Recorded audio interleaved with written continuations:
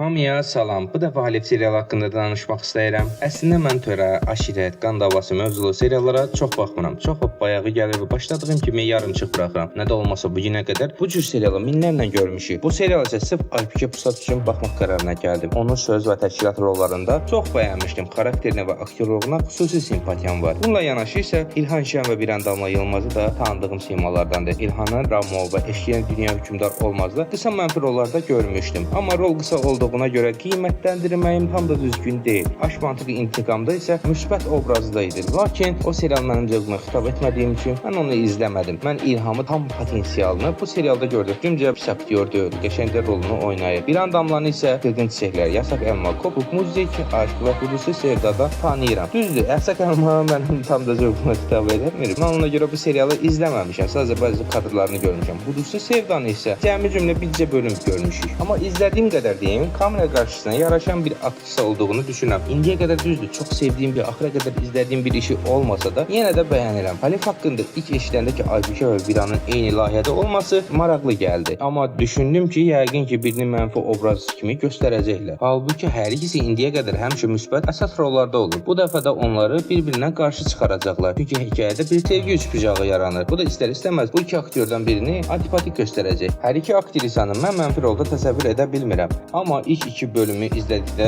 bütün düşüncələrim dəyişdi. Serial gözlədiyimdən qat-qat sürükləyici çıxdı. Hətta izləyərkən biraz da uzaq şəhər ab-havasını hiss etdim. Ən çox xoşuma gələn isə odur ki, nə IPK, nə də Biran mənfi obrazda deyil. Ümid edirəm ki, sona qədər də belə davam edəcək. Biraz hekayəsindən sizə bəhs edim. Uğurlu bir cərrah olan Sərhad, yəni İlhan Şən, sevdiyi qadın Mələklə, yəni IPK Pusatla gizlicə evlənir. Amma xoşbəxtliyi uzun çəkmir. Sərhad gözlənilmədən doğma yurdu Urfaya qayıtma məcburiyyətində qalır. Burada isə onu çətin seçim gözləyir. İki nüfuzlu ailə arasında qan davası son qoymaq üçün Sərhadı Yıldızla, yəni Birandamla ilə yeni nikaha girməyə məcbur edilir. Artıq bir cərrah yox, bir ağa olan Sərhad həm güc, həm də sevgi baxımından böyük sınaqlarla üz-üzə gəlir. Mələyin də İstanbuldan çıxıb Urfaya qayıdıb qonağa gəlməsi isə hər şeyi daha da çətinləşdirir. Sərhad indi yalnız iki qadın arasında yox, həm də iki ailənin arasında qarşı-qarşıya durmaq məcburiyyətində qalır. Bu qonaqda heç kim günahsız deyil. Hər kəsin gizlədiyi bir keçmişi var. Serialda mənə ən çox cəlb edən tərəf isə Mələklə Yıldızın qarşı durmasıdır. Mələk şəhərli,